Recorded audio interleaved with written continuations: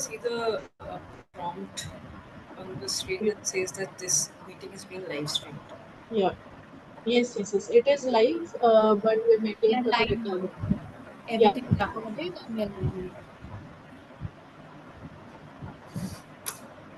You all can start.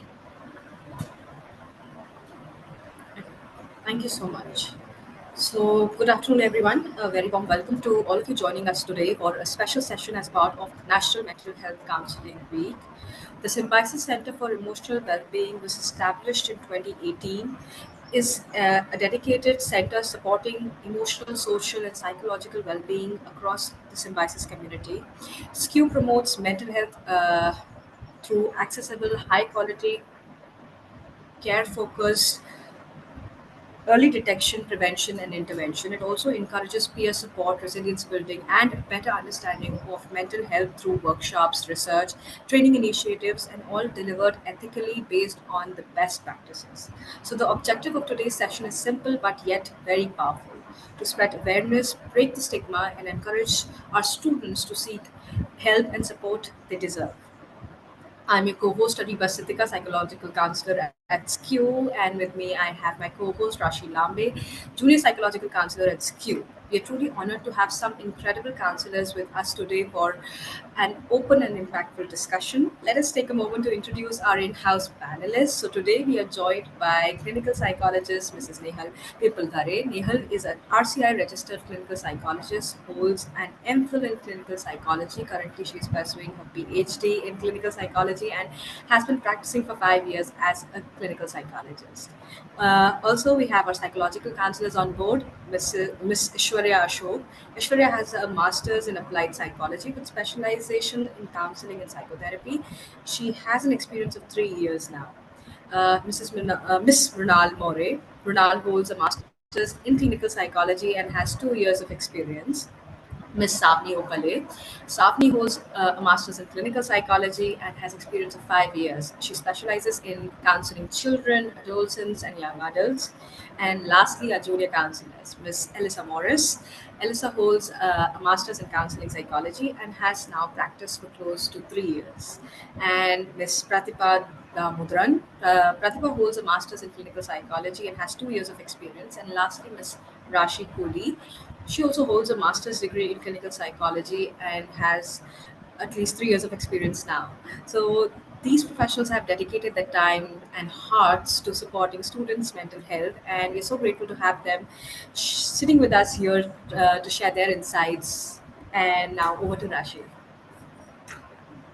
Thank you, Ariba, and a big warm welcome once again to everyone here. And it's, of course, truly a privilege to host this important conversation alongside such dedicated team of mental health professionals.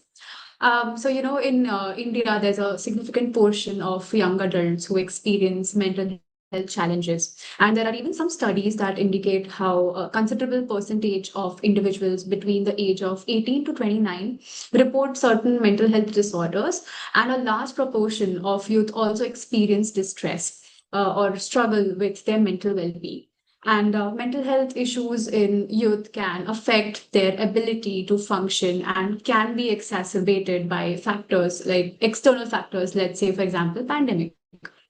So I really hope that this discussion will help us to understand how we can make it more accessible for students, people around us. And so before we dive into this webinar, I would like to start with asking the question of, what inspired the panelists here to become a counselor. This will give us a small window to the hearts behind of how our counselors work every day. So Nehal, we would like to start with you. Yeah, sure. Thank you, Rashi. So this is such an interesting question that you brought up, and it makes me think about why I chose to be in this profession. I think it is right now to me. It feels like it gives me a lot of meaning and purpose to what I do, and I don't think I would have chosen anything else apart from being a counselor and a psychologist. So I think it was right in my 11th grade when this subject was first introduced to me by some wonderful professors that I had, which cultivated that kind of curiosity, to understand how the human mind works, understand what drives behavior, and that there are so many processes that are involved in our everyday actions and interactions, right? So I think it started right from there, wherein when the first time this subject was introduced, and the way it was taught and brought up, and the way that it sort of I think it just unlocked something in me that it was like a eureka moment, that this is what I want to do, and I genuinely enjoy studying psychology and being in this field. So yeah, I think that is it. That's a very good story to know also. And I think your Eureka moment has helped a lot of people out there. So that's a great thing. All right. Coming to Elisa, would you like to go next? Yeah. So the thing is, similarly to Nehal, I think I also began my journey like studying psychology in the 11th grade because that was when I was first introduced to it as a subject. But I think before that, because of my own personal experiences with mental health issues seen in family or just around people, I always had this curiosity ki why this happens. What is the reason? How can they be helped? And I think one of the main things that I had noticed was the awareness was very limited. At least when I was at least in the sixth or the seventh grade, I had no idea about why this was happening, what it was, and how to manage through it. So I think at that moment I decided that I need to learn more. I need to understand a bit better. So that is how it began, and then 11th grade learning more about it, and then of course a lot of it was also filled in with a lot of confusion. Can I actually make it as a counselor, and will it work out for me? And even I think a couple of years back when I began practicing as a counselor, there was this, question ki, can I actually help these people out? Can I actually apply these things that I've learned? And even now it's still a process of figuring out what works, what doesn't work. But that was how I sort of came up with this. Yeah, makes a lot of sense. I mean, I think everyone at some point does feel that, how are they contributing? But I think you're doing a great job contributing to the field of mental health. All right. Next to Aishwarya. Hi, Rashi. So, all everyone's responses are so relatable. And I think, for me, it was my love for the subject that was start my whole interest in psychology and counseling. But I think what really helped me or inspired me was my own mental health journey. I think it sort of taught me a lot about myself. It sort of gave me words to my feelings, and I think it helped me a lot in my own personal development. And I think that's the kind of space that I want to offer to people around me as well. And I think being able to do that is very rewarding. You see so much awareness of themselves, and you also see them grow in their own way. That in itself inspires me every day in this field. So, yeah. That's really amazing. I think your story is more towards how experience has shaped you and even how you can empathize with, people around. That's great. Yeah, Mrunal, would you like to go next? Yeah, thank you, Rashi. Very similar to Aishwarya, like choosing psychology as a career has always been close to my heart, like somewhere deeply rooted to my own past experiences too. And after all, what could be a more fulfilling, job than helping others heal and being part of their journey towards their mental well-being? That's again good to know. I think we all have had certain experiences that we feel that we are able to provide to others as well. That's great. Okay. Yes, next we have Savni with us. Yeah. So thank you for this question. Actually, it made me thought once again when you asked this question that what it made me thought what was the what can you say hitting point to choose psychology as an option. So I'll give you a brief background of mine before answering this question. I myself am a theater artist from Pune. So this thought of having like when we do theater, there are a lot of personalities we come across. There are a lot of roles we come across.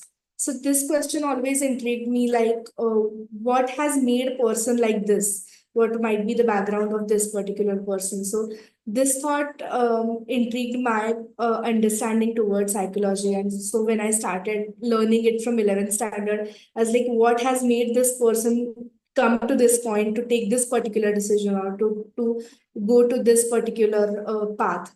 So it was typically interests towards people which grabbed me into psychology, and then I pursued the psychology and thought of becoming a counselor then. Great, really. That's so, rewarding to know that psychology is almost in every field if you try to look into it. So you are an example of that, getting into the field of mental health. Great. Okay, next we have Pratibha. Hi, Rashi. So it's really hard for me to trace the exact moment why I chose to become a psychologist. I think I was doing my high school and I immediately heard the word psychology. I was like, okay, I want to become that. I don't have any background stories, but it was love at first sight. I just got impressed with the word. And it is less like a decision and more like something gravitated towards noticing, listening, and holding place for people. And over time, I realized it was really meaningful to be part of someone's quiet moments of clarity and relief. That quiet pull towards understanding and the connection shaped my whole profession right now. Wow, that's also kind of inspiring because it shows like if you know it, and you do that. So that's really great. Welcome. And we have another Rashi with us. So I would like her to also go next. Thank you, Rashi. So just like everyone, I think we've grown up having our own experiences or seeing other people struggle to something or the other, right? And it was a similar journey that I found myself feeling drawn to holding spaces for them because that's the best we knew of how to help them in their suffering or how to join in into that, right? So I actually had landed upon psychology accidentally. It was not love at first sight for me, maybe. But the more I learned about it, the more I learned from people and even those who were not from psychology background, the more this belief in the power of human connection to help with healing grew stronger.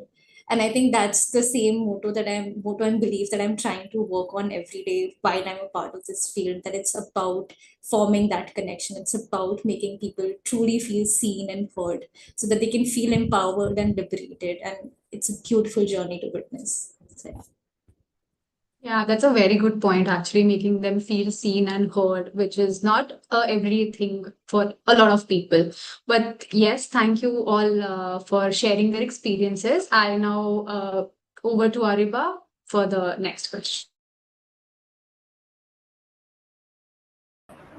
I think it was great hearing Nehal's passion, Elisa's curiosity, Ishwarya's growth-oriented perspective, Ronald's philanthropic take on it, Savani's phenomenological take on it, Pratibha's love at first sight, and Rashi's humanity. These are testimonies to how dedicated counselors they are in our work that we do at SKU. So we won't wait any further. Rather, I'll just ask my first question to Pratibha, right? Since you see the youth today has a significant mental health challenges, there's an increase that we have noticed in the recent years, right? Based on that and the need that is there, I think how to, in your opinion, friends can look out for each other, right? They're around each other more. So they can look out for each other and identify signs that might indicate that it's time to reach out to a counselor. Yeah, thank you for this question.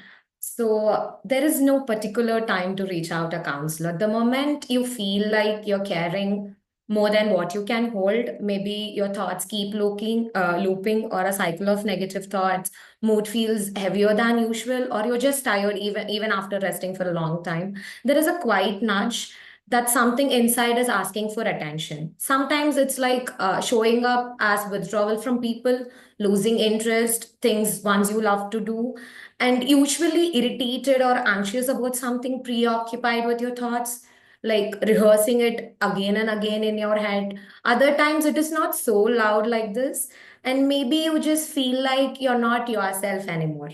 And I think these are the very subtle reasons that it's enough for to have a check-in or have a very small session with the counselors.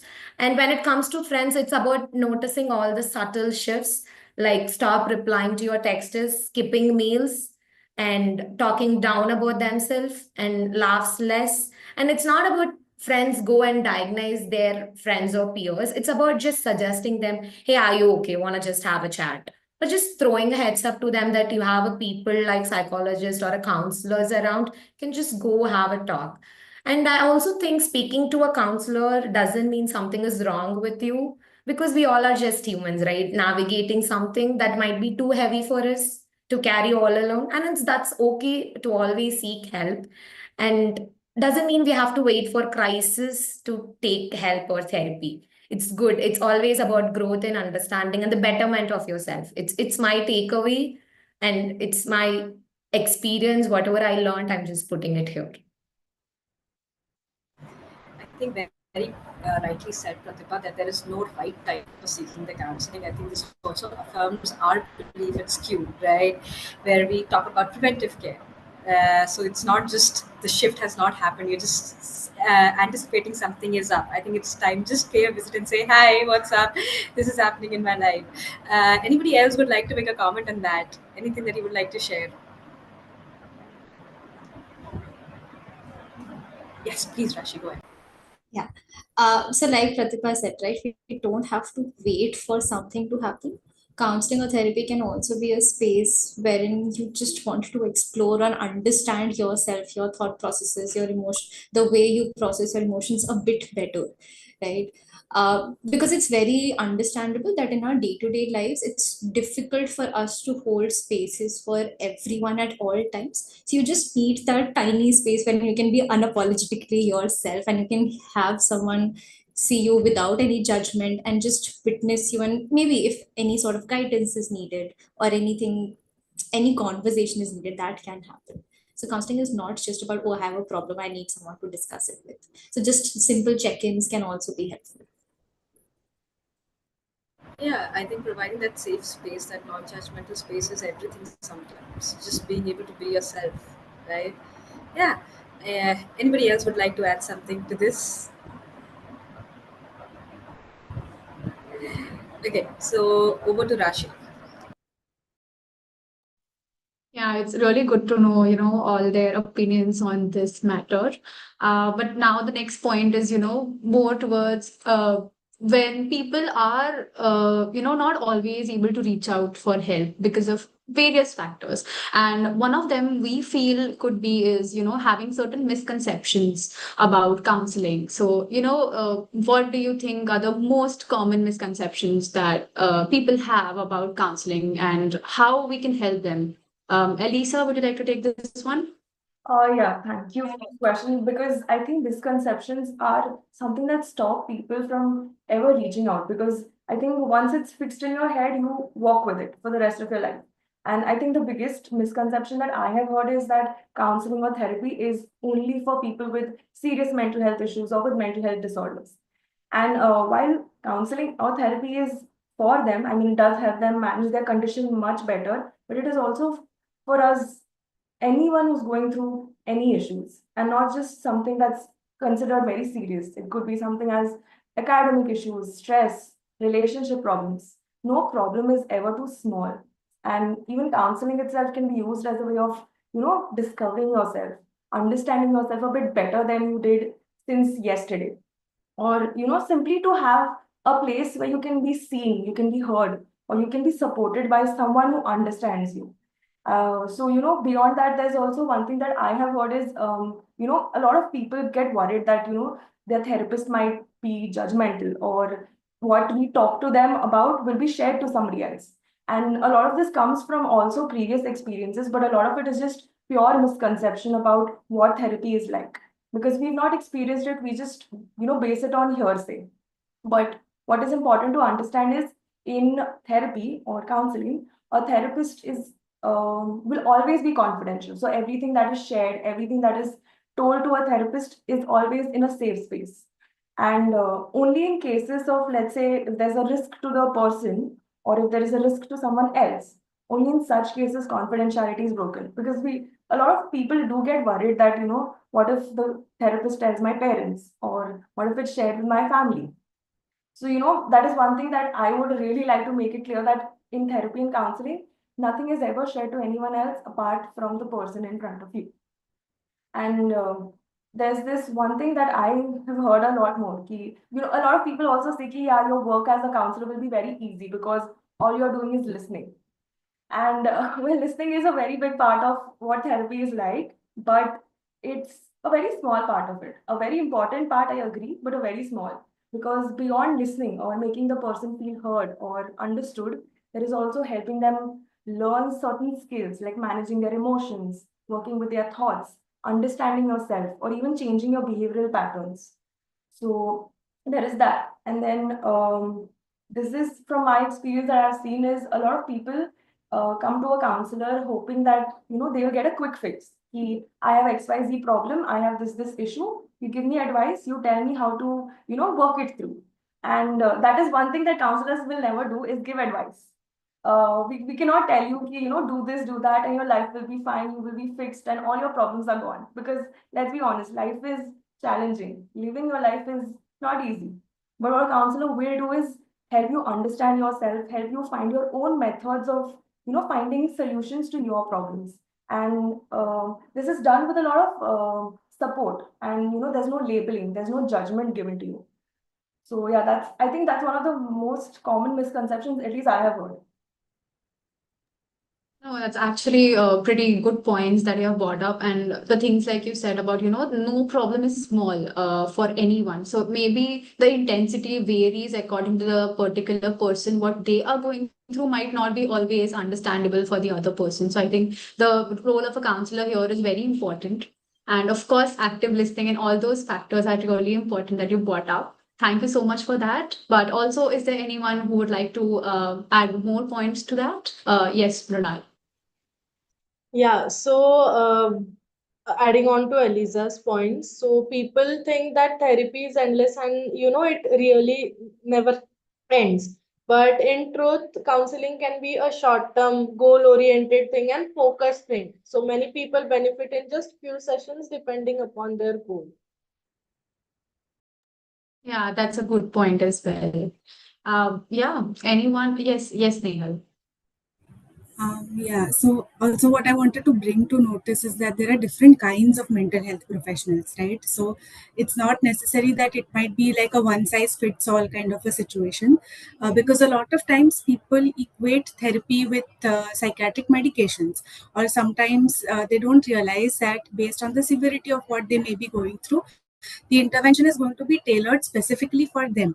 So there may be some cases wherein medications are required and might be very, very useful and helpful in aiding their healing journey. Sometimes it may not be required, and you might need some specialized intervention that is catered for you to help you reach that particular goal, right? So depending on what the person is presenting, the intervention is going to change. And the other is that it is evidence based. What happens in counseling is not something like a friend or any other mentor or advisor would tell you. That space is a very different space. With therapy, it is evidence based practice, meaning that there are clinical trials that have been conducted. We have evidence that suggests that, okay, this is actually works for so and so symptoms or such and such disorder or certain conditions. So it is coming out of a space of scientific evidence. And what the last thing that I'd like to say is that therapy is art and science. Science is your evidence based interventions, and art is how it is applied. So your relationship, the therapeutic relationship that you share with your therapist is also equally important. Whether they make you feel safe, whether they make you feel trusted, is also something that will bring about that kind of a change, right? So sometimes it might be so that you might work better with certain kinds of settings, and that is completely okay too. But if there is something that is not you're not feeling okay, then therapy is something that you should possibly give a shot. So that is something that I wanted to add. No, actually, that makes a lot of sense, but I think it would also need a lot of awareness for them to understand, like you said, that not every person needs medicines or not every problem is associated with a psychiatrist. So I think that's a really great point that we can bring it up. So we can just go with one more and then we move ahead. Aishwarya, I think you want to say something.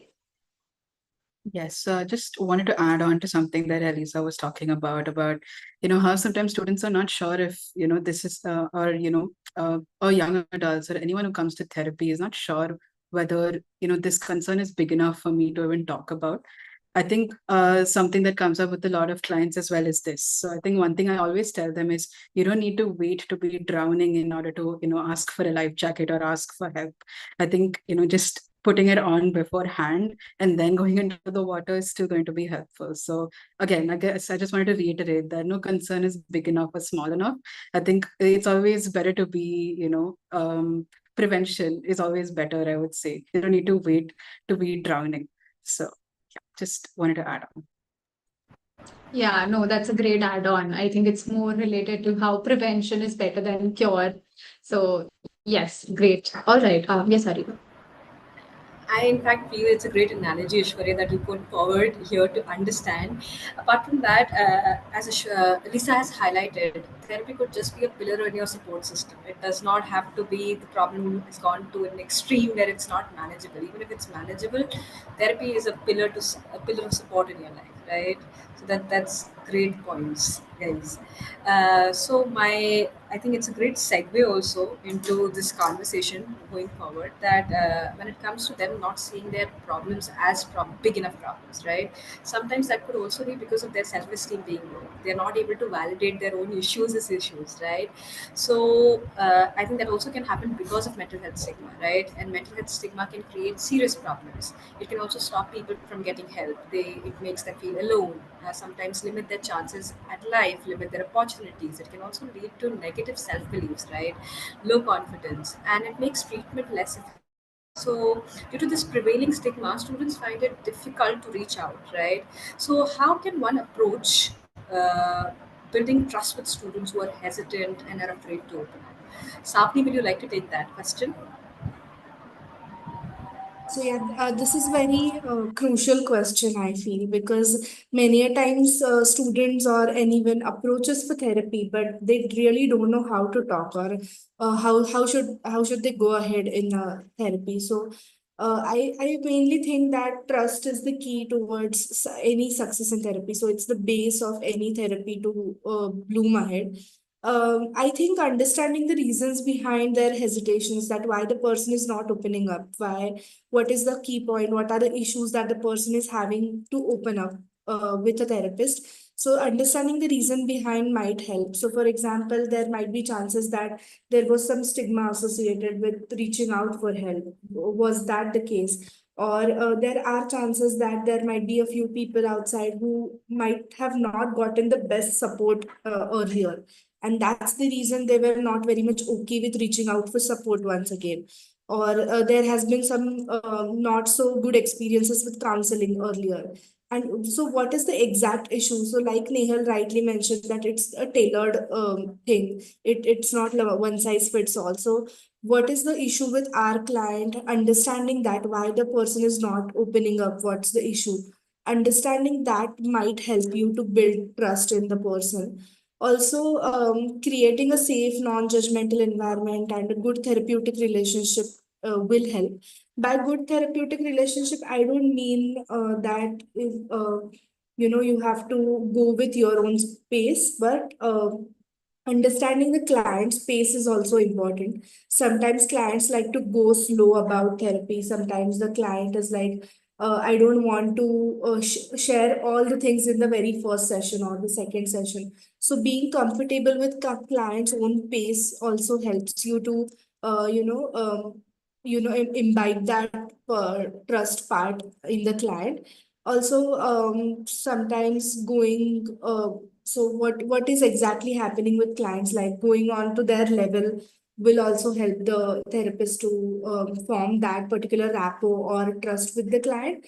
And it also happens that what I have observed personally is that sometimes self disclosure also helps in a situations wherein the client is not able to open up.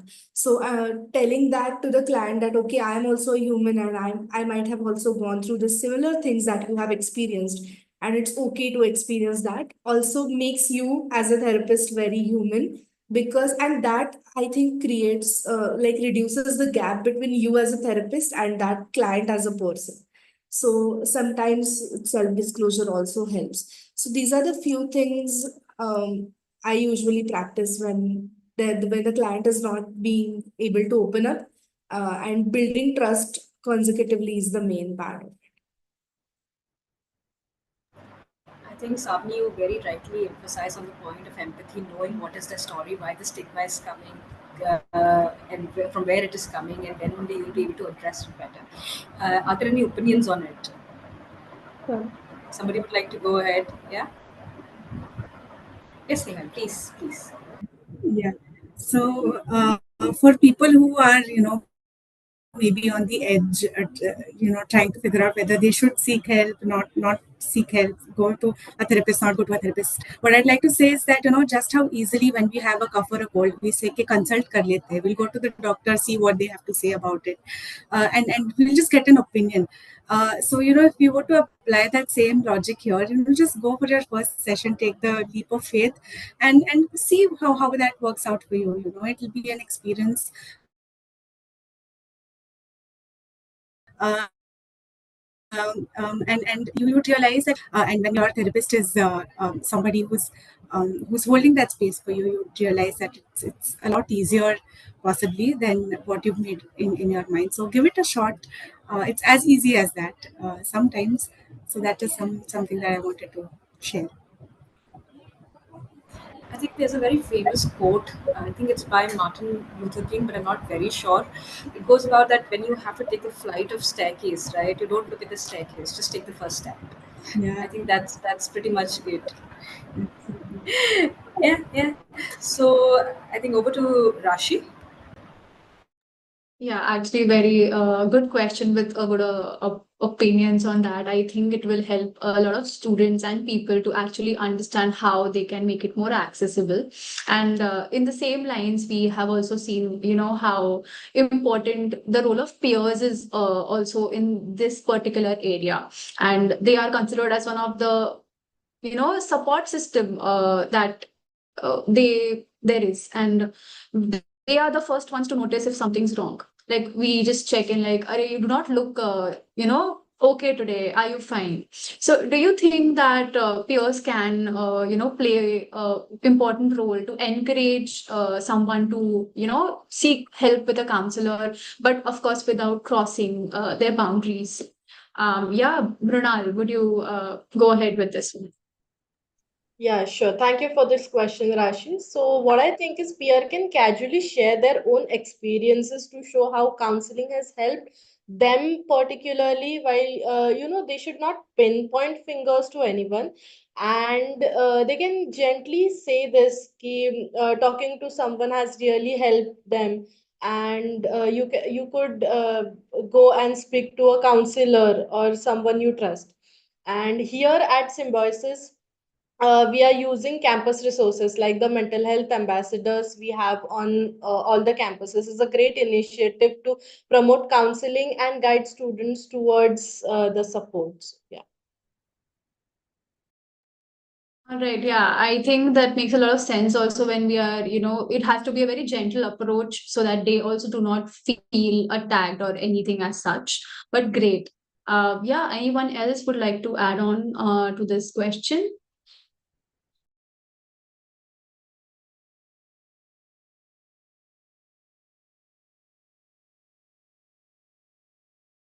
All right. So moving on the same discussion point, let's say like about seeking help, and there are people who often back out when we talk about therapy or even meeting with a counselor. That could be due to certain stigma that they might have regarding mental health. So, Rashi, if you would like to take this one and tell us about, why do you think there is still a stigma around seeking mental health support? Sure. I think, like we've been discussing, right, there are stigmas, there are misconceptions, and I do believe that the conversations or misconceptions around mental health are led within various societal, interpersonal, or even our internal factors. So let's say a lot of you were giving examples that how people have mentioned that, whether our concerns are big enough or not. I do believe that they stem from this broader perspective that we all have somehow heard or grown up with, that mental illness is equal to you being weak, or you being unpredictable, or you not being resilient, right? So the longer these stereotypes continue, the more misinformation is spread, and it also distorts the picture of what mental health support can look like. And it adds on to that fear that if I seek out help, will I be judged? What would happen if I go into a therapy room or a counseling room, and what if someone sees me? What if someone doesn't want to be associated with me because I have a concern, or just because I'm seeking out therapy, right? And in the times that we live, wherein there is this expectation that we have to meet certain demands, we have to constantly be up and coming, we have to show that we are resilient. This possibility that by seeking out support I can be seen as less capable in any way, it really stops people from seeking out support. And there is also what I've also witnessed in some people is this internal conflict, again, doubting their own struggles, not being able to validate it. Again, it stems from that broader perspective only, that what would people think about me if I ask for help? Would that mean that I'm not capable of handling things on my own? Would that mean that I'm not resilient enough? And I've also heard people asking questions that, why am I coming to counseling? What if my concerns are not big enough, right? All these statements that we've heard. So it really requires us to have continuous conversations around these stigmas, that it is a perspective, it's a societal perspective. But when you come into that counseling room, as Neha suggested, when you take that one step, you realize that no concern is big enough, right? And it really helps normalize conversations and destigmatize mental health. Yeah, that is actually rightly stated about how it is important for them to understand, if even if one step is as small as just reaching that space, that's all, that also counts. Great. All right. Anyone would like to add on to Rashi's point? Yes, Mrunal. I think Yeah, so even if people are reaching to a counselor, what I have noticed is, they are often hesitant to step inside the counselor's room. Like even if they are taking a step to reach out to counselor, like they have fear what people, if people notice him getting into a counselor's room, leading to unnecessary discussion and judgments. And that's why somewhere I feel that it is okay if online sessions are scheduled, so this makes them get away कि counselors room में तो नहीं जाना पड़ेगा at least. Okay. Yeah, that's also a point that we can take a note of. Yes, Ariba, I think you were also raising your hand. Yeah, I think Rashi brings a very important point about the fear around labels and stereotyping, right? So this is not something new that is like a contemporary issue regarding mental health or counseling, right? So when it comes to labels and stereotypes, it's important to have positive role models, right? People talking more about therapy, more about the benefits of what it is. It's not about being labeled as mad or not less capable, right? It's about, oh, something was happening and it was too much to bear with. I had a little spot. I was venting out. I could recollect, reassess my resources, and now I'm using them optimally. Oh, my life is still the same. The problems are the same, but I'm handling them differently, and I feel better about it. I think that can be a very good dialogue, and more people should talk about it because therapy has been around for, I think, last 30 decades, where we have seen progress, a lot of investment in our field. So it's time that these narratives change. Yeah, That's a that's very it. great point. I think you have a lot of quotes that help us to understand a lot about it. Yes, Nehal. Yeah, so to add on to, I absolutely agree with what Ariba had to say, but and to add on to that, I think change begins from oneself, right? So we have to be mindful about how we discuss mental health, what kind of words do we use, are we sensitive about it, not sensitive about it? When we see something like that, among our peers, do we call out that behavior that, hey, this is not okay, or you should be mindful while you're talking about some issues related to mental health. There is so much content on social media. Are we consuming it responsibly, or are we contributing to that existing stigma? So sometimes a lot of this change will start happening from within. So sometimes we need to be the ones asking questions to ourselves, and be the change that we want to see. Yeah, I think that is also very important. How our contribution is to that entire stigma is something that we need to look into. I think our response to it is absolutely crucial. At the same time, this thought comes in mind, which I have heard here and there again and again, where people just use this word to derogate each other. It's like, you go get help, right? I think the sensitivity around that is very important. When you say, what do you mean by it? Get help? Is getting help a bad thing, right? And why are you telling me to get help, right? In that fashion, in that tone, what do you imply by that? I think so that is also something that we need to be very mindful of, the implicit meaning of it, right? Because that changes the larger narrative around getting help also. And I think, like we've been mentioning, that if you were to go to a doctor, you won't feel shy, right? It's the same way that if you're having a conversation and you won't ask someone ki jao doctor ko dekh kar aao, right? Or if you're having a cold, oh, just don't ask me what to do, just go and visit a doctor. You won't dismiss them. But when it comes to emotional concerns or just asking for emotional support, we are quick to dismiss it. Ki, oh, I don't have space. You find out some other space, and that's also again considered in a very negative light. So, like Nehal said, we need to rethink about how we are perceiving the information that's out there, and are we questioning it enough? That is this a responsible information that's being shared out? Is it actually valid or not? That is, I think, that would be the first step to stop that stigma around mental health. Yeah, it's actually pretty much covering the whole scenario about how we start with ourselves, how we talk to ourselves and around people around us. Even like Nehal mentioned about social media, and like you said about certain things that we hear often. So I think that could be more towards understanding the necessity of trying to talk, with a sensitive language towards mental health concerns. So yeah, Ariba, over to you. I think it's a constant fight to get legitimacy around mental health, right? These issues are issues. They're not to be stereotyped or labeled. But as you said very well, if you have cancer, you get treatment. If you have depression, you're feeling low, you should get treatment at the same time, right? So mental health is still a very controversial conversation when we talk in society, right? It is associated with a lot of shame, guilt, right? So what strategies can be effective, right, in normalizing conversations around mental health when it comes to students, right? Ashwarya, would you like to take that one? Yeah, sure. Thank you for that question, Ariba. I think it's a very important question considering, what we've been talking about now about misconceptions and stigma surrounding mental health, because these things, they do act as barriers as well, to seeking support, and not just seeking support, but also in normalizing conversations as well.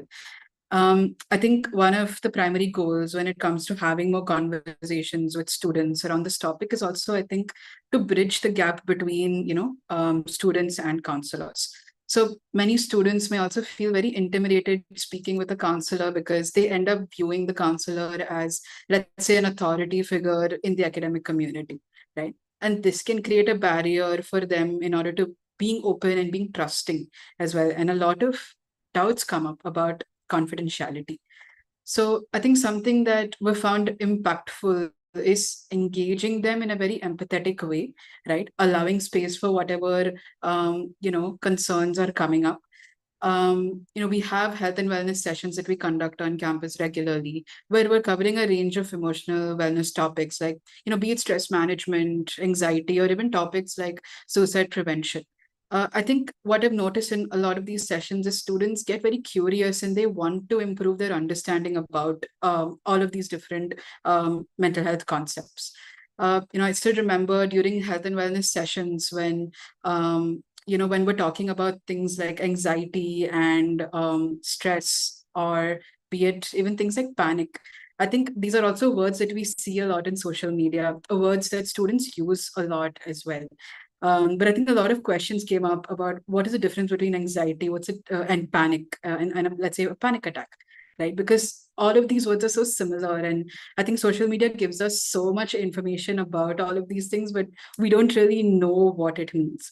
So I think this just shows that students are also trying to make sense and reflect on their own experiences, and they also begin to understand that the struggles that they are going through are also real, and it's also deserving of support, right? And outside of just classroom settings, I think observing different mental health days on campus with students, right? We have World Kindness Day, Stress Awareness Month that we had, worked on recently, University Mental Health Day. I think all of these spaces, observing all of these days, it creates a more open and supportive dialogue between students and mental health professionals. And I think these events, one of the major, parts about these events is that it's also conducted and carried out by student mental health ambassadors. So they're also advocating for, emotional well-being and for a compassionate environment on campus. So I think that just allows students to see that their own peers are leading these efforts. It sort of creates a sense of curiosity, a sense of community, and it helps, again, to bridge that gap between counselors and students on campus. And I think eventually it also helps to normalize seeking support. So, yeah. I think Ishwarya, you answered this really well, highlighting the role of the mental health days that we have, or the health and wellness module where we are talking about mental health to our students, letting them know, informing them. So you try and sort of make sense of the little information that you pick from there, and then understand maybe, yes, I'm also going through this. So yeah, it's very correct. Pratibha, you'd like to add something to this? Yes, just a small thought on it. So, because we are professionals, I also believe, I might be wrong. So, I also believe the professionals or the professionalisms also club with the authority we hold. So, sometimes students in the campus feel we are professionals. So, we have some type of authority in diagnosing their situation or fixing their situation. So, we also teach classes for them, health and wellness for the students. So, sharing small, relatable examples or humorous when it's appropriate, also just being present in the campus, in and around cafeteria, in the lawn area. I think this will slowly reduce the stigma and also the authority we hold in their thought. So, according to me, I feel it will make students to approach us more frequently, because when it comes to professors or faculty, they have to channelize them, they have to categorize them, they have to grade them. Since we also work in the campus, people believe or they perceive that we also will grade them. So I think being available in the campus, it's not about having so much activities or so much workshops in the campus. It's just having a quiet conversations in the cafeteria. Hey, you good? Just wanna join? Because usually we do it in our campus, and that also increased people seeking help or people coming to therapy recently. We just tried it in the campus and it really helped. That's so great to hear. Having formal as well as informal spaces dedicated to the idea of changing the narrative around mental health and that sense of community, like Ishwarya also highlighted and you also speak about. Yes, Rashi. Yeah, so like we've been talking about, how there is so much isolation, the feelings of guilt, stigma, misconceptions, how they cause so much isolation in people. Based on what Pratap and Ishwarya have already mentioned, when you do community work and when you take that responsibility, not just as a mental health professional, but as a member of that community, to just be more open, to have more informative conversations, to be empathetic around each other. I think that's the biggest way we can start normalizing conversation. And that's why, whether it's activities, whether it's informal setups, or whether that's classroom setups, right? We can have that communication. We can have communication wherein there is no judgment around each other, right? So I just wanted to reiterate that point, that community responsibility plays a big role in normalizing conversations around mental health. I can't agree any less. I think that's one of the best ways to normalize these conversations around mental health, right? So, with the work that we do, we we have a lot of positive impact that we have created since 2018, right? And Nehal, being one of our senior clinical psychologists with us here, has, I think, the most experience amongst us. And I would request her to maybe share a couple stories where what impact we've made or what positive things that we see out of counseling for students.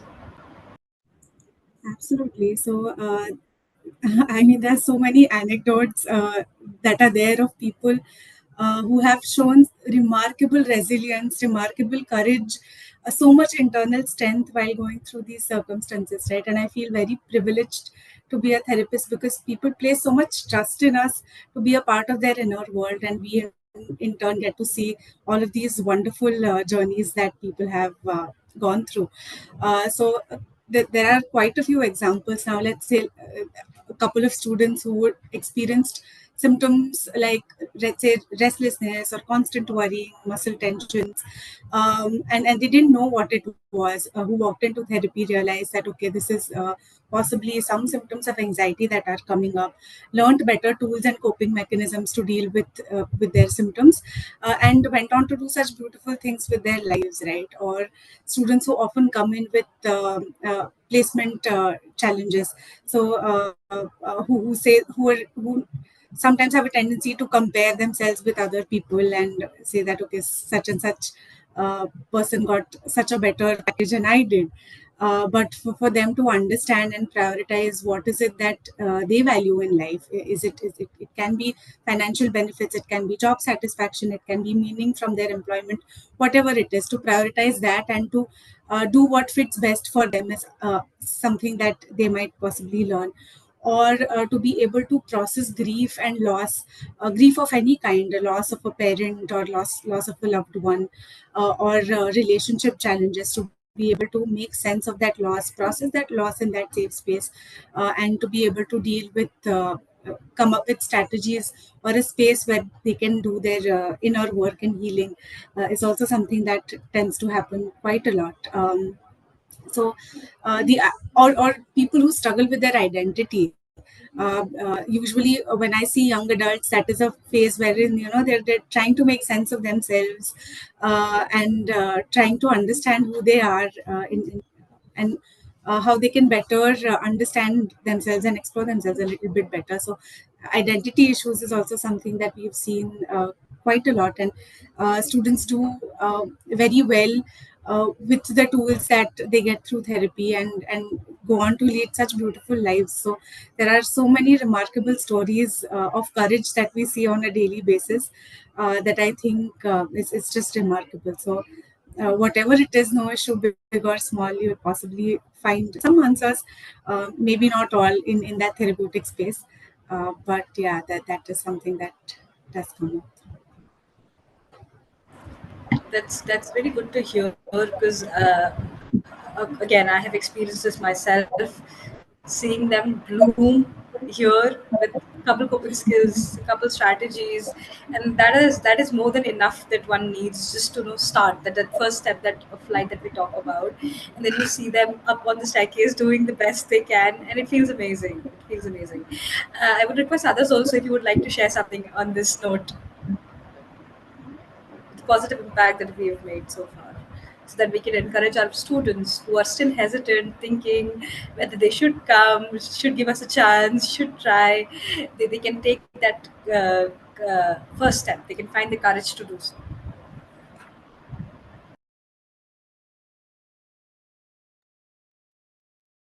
I think I just have a follow-up question to Nehal on the same lines.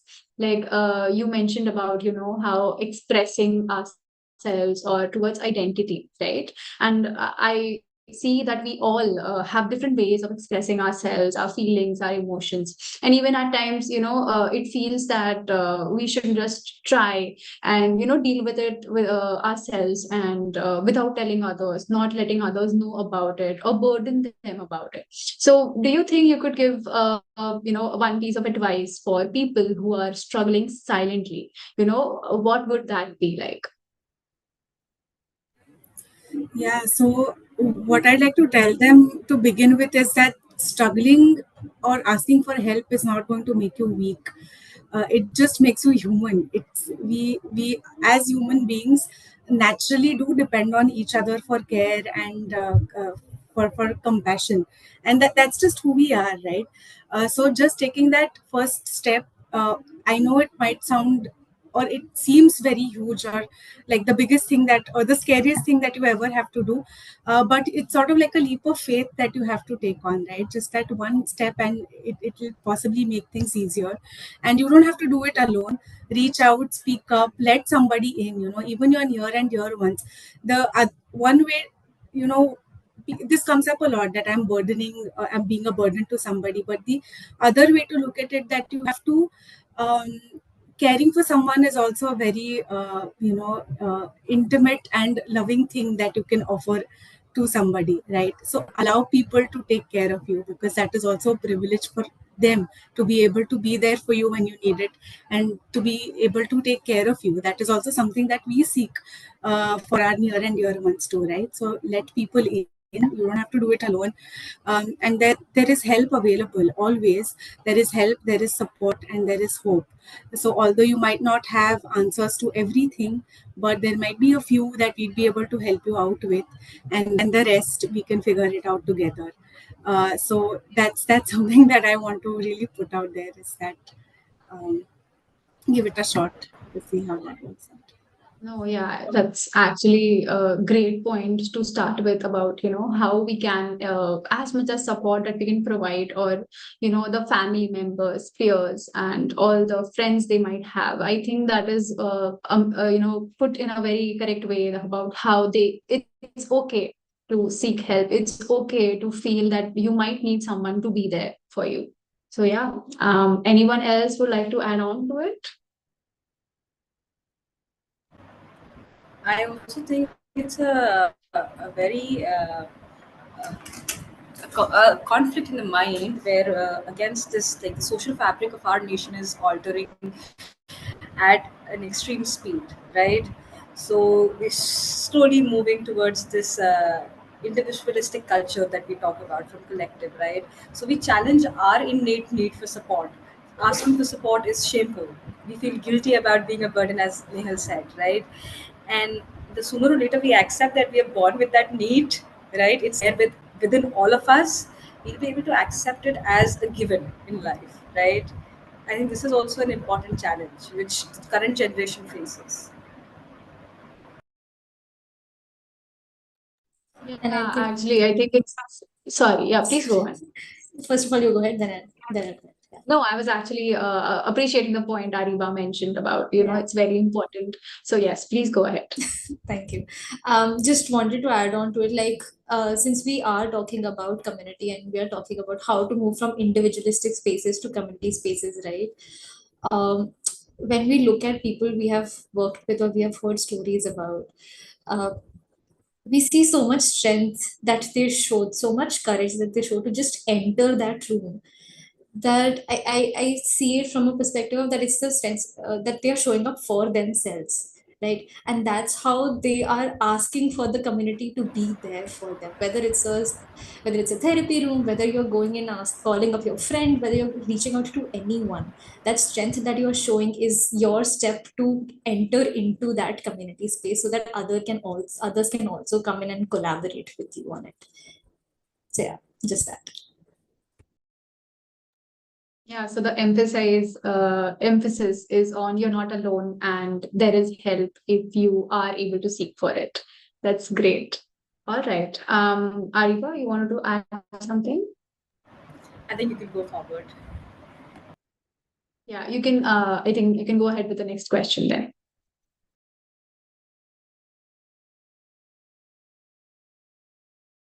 Yes.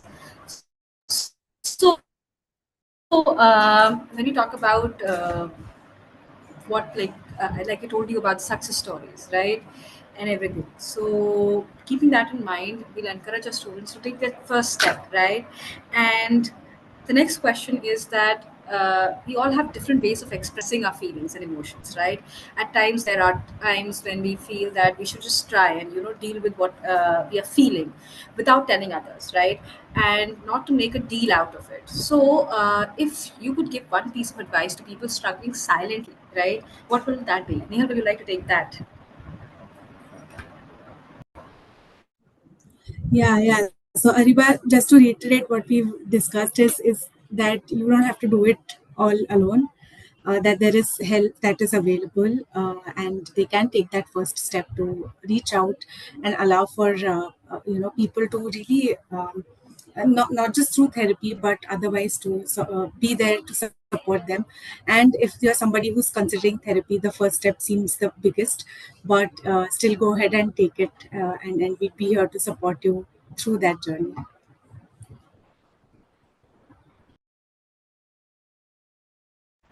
Yes, Very yes. well said. You're not alone. You're not alone. Yeah, somebody's saying something. No, go on. Yeah, I think very well said. You're not alone, right? If you're suffering silently, you just take that one step, right? I think that little nudge you have to give yourself. Your friends can give it to you, the loved ones that are seeing. That little nudge just to show up and just begin, right? Keeping small goals, shorter goals. The goal could be just to get out of my hostel room and just be there, right? So yeah. Uh, so my next question would be: what are some easy self-care things that students can try on their own to start taking better care of themselves and their mental health? Right? Don't feel overwhelmed. Right? That can make a difference also. Savni, would you like to take that? Yeah, sure. So, self-care is one of the, I think, important things that we should be able to perform it every day.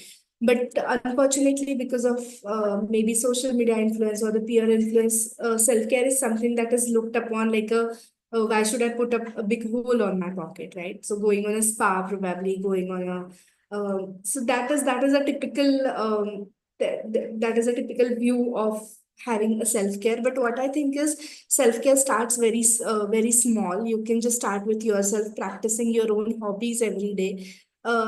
According to me, self-care is just reconnecting with your own self.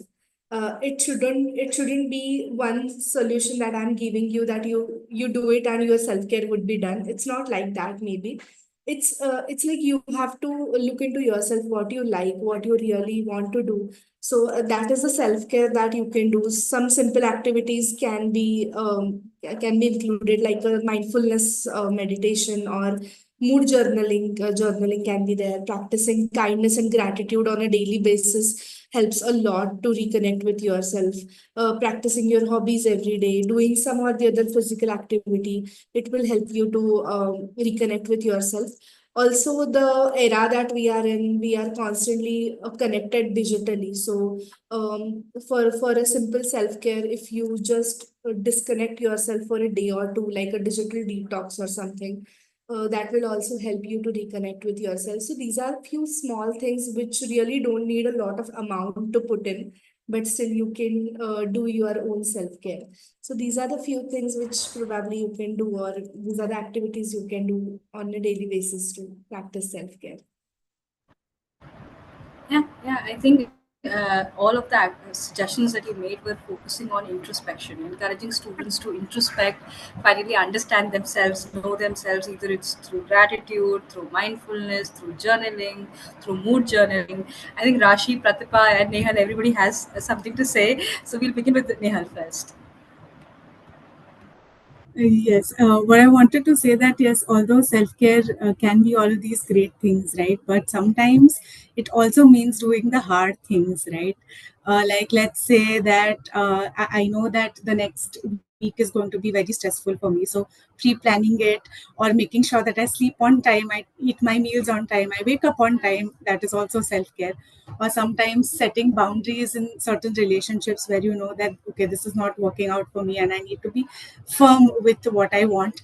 That is also self-care. So it's sometimes it is confused with self-indulgence, and that is just one way, all these fancy bubble baths or I don't know, 7-11 step skincare routines that are coming up. So that is one way to get to that point. But a lot of it has to do with, being strict with yourself and doing all the hard stuff. So taking care of your body, taking care of your mind, even in times wherein you would rather possibly scroll on Instagram, but that's not the best thing to do right now. That is also self-care and just as important as the other aspects. So that is something that I wanted to bring up. Thank you so much, Nehal. You're very correct. It can be hard sometimes, but yes, it's important, it's necessary. Rashi. I think just to put a broader perspective on it, that the word self-care in itself means that if we can ask this question to ourselves, what would I need today to take care of myself, right? The kindness and the compassion that we show towards our peers, towards our friends and our family members, if we could show that tiny amount of compassion to ourselves, what would that look like, right? It can just be about, like Nehal mentioned, it's not about self-indulgence, it's not about solving the problem always, it's also about looking, if I need to work on this problem, what can that work look like, whether it is hard work or not, and if I need a little bit of space away from my emotions, what can a safe space look like instead of a distraction, right? So these are important questions. If we start asking ourselves, we would feel motivated to find tools, because there are many tools that, like Savni mentioned, those are tools to take care of ourselves. But those tools will come up when you start asking this: what would taking care of me look like today? I think that's a very beautiful question. What would taking care of me look like today? What do I need today? I think it's a wonderful way to acknowledge your own self and ask and put yourself on priority. Yeah, it's beautiful. Pratibha. Yeah, so everybody mentioned it doesn't have to be a soothing or protective or pretty or polished way of self-care. Sometimes self-care can be messy, uncomfortable, saying no, setting boundaries, and being just honest with yourself. And also, recently, I have started to see self-care not as a reward, but as a responsibility way of telling myself that, okay, I matter, you matter, no one is watching you. Self-care people do recently, it's because of they have to make a reel, post it on Instagram, get validation, external validation. But I think self-care is more about internal validation and reflecting on your day. So I'm going to change this and I'm going to keep it as a quote in my room. Self-care is not a reward, it's just your responsibility to do it. I think that's also great, taking accountability, being responsible for your own self, and specifically amidst the hustle culture that we see right now, the toxic productivity that we see around, that students have expectations which are unrealistic. They expect themselves to work like robots, not caring for their emotions, not taking breaks, and then finally feeling that, oh, I need a big break, right? So before you approach the big break, it's important to take smaller breaks that will help you keep going longer, healthier, and in a more optimistic manner, optimal manner. I don't know what other adjectives I can add. This is a beautiful way to take care of yourself, right? So I think we are coming to the end of this lovely conversation. This conversation has been really powerful, and I hope it's eye opening for our students also. And it also gives them a window into how we see them. Sometimes they have doubts about how will we judge them. Are you judging? Will you talk about this? What do you think of it? They're very worried about that. I think we have taken a step where we address all that. And I would like to thank each one of you, each one of the counselors, wonderful counselors that we have on our team, for their wisdom, the advice, the care, the suggestions, their perspective that they offered us today. And thank you so much taking time out from your busy schedules. Over to Rashi. Yes, and on the same hand, I would like to thank all the wonderful audience who have joined us today. I see a few of our similar faces as well. So thank you so much for being a part of this conversation, and who all needs to hear this. It's okay to take help, and seeking support is a sign of strength, and you are not alone. Okay, so yeah, would like to me and Ariba together would like to wish you all a very happy mental health counseling Yeah. week. And yeah, take care Yeah. of your mind and be kind to yourself. Mind, be kind to yourself. Yeah. Thank you so much, everybody, for joining.